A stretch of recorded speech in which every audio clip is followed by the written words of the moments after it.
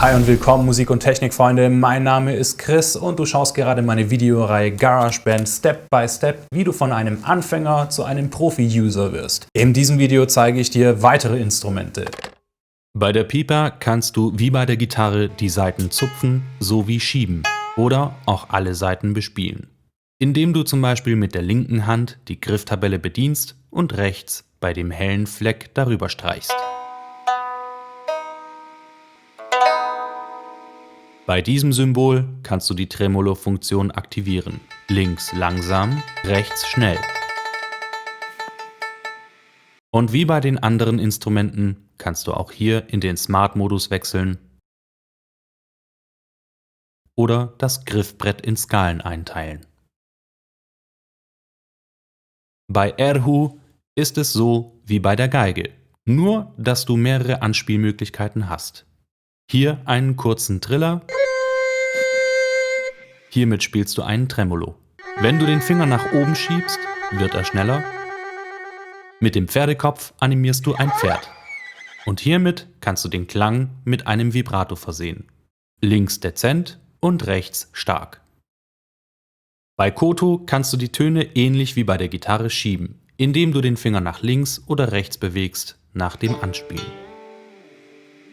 Wenn du links auf die weiße Oberfläche mit einem Finger tippst und mit dem anderen Finger spielst, erklingt es eine Oktave höher. Und wenn du zu ungenau spielen solltest, kannst du mit der Lupe-Taste die Saiten größer machen. Der Spielmodus bleibt gleich. Ansonsten Smart-Ansicht und Skala wechseln. Dasselbe gilt auch bei dem Instrument Guzheng. Hier haben wir die Lupe, Smart-Ansicht, Skalen ändern und wenn du mit einer Hand mit dem Finger auf die braune Oberfläche tippst und mit der anderen Hand spielst, erklingt alles eine Oktave höher. Schauen wir uns mal die Keyboards an, mit dem du alle Instrumente bis auf Schlagzeug bespielen kannst. Hier kannst du diverse Keys auswählen. Sustain ist sozusagen das Pedal. Den kannst du drücken oder einrasten lassen.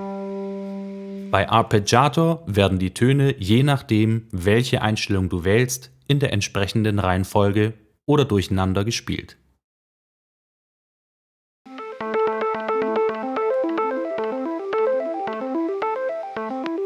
Mit dieser Taste kannst du zwischen der Smart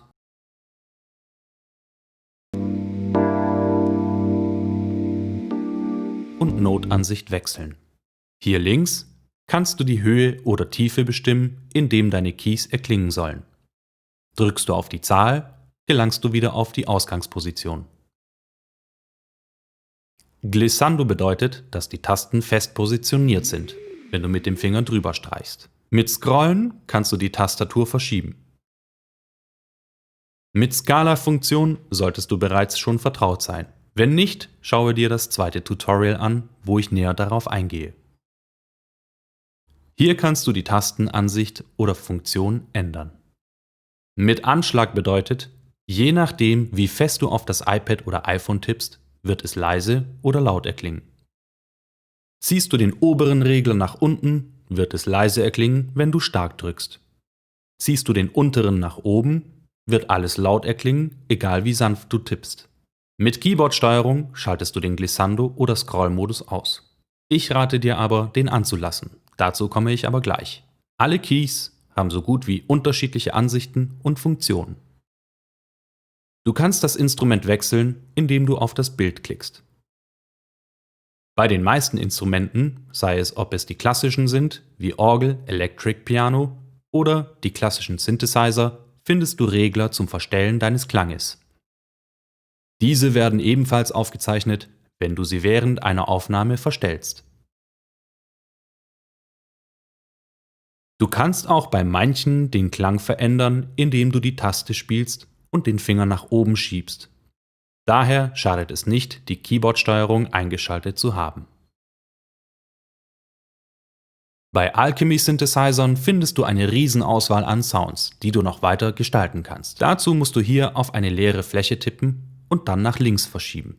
Dazu kommt noch der Mod Wheel, mit dem du nochmals den Klang verändern kannst. Hier sind keine Grenzen gesetzt beim Rumexperimentieren. Um wieder zu den klassischen Instrumenten zurückzugelangen, musst du einmal hier oben auf das Icon tippen und dann hier zu Hauptkategorien. Im nächsten Video erläutere ich dir weitere Instrumente. Wenn du das nicht verpassen willst, dann hinterlass doch am besten einen Daumen nach oben, ein Abo und die Glocke nicht vergessen und wir sehen uns dann im nächsten Video. Bis dahin, ciao.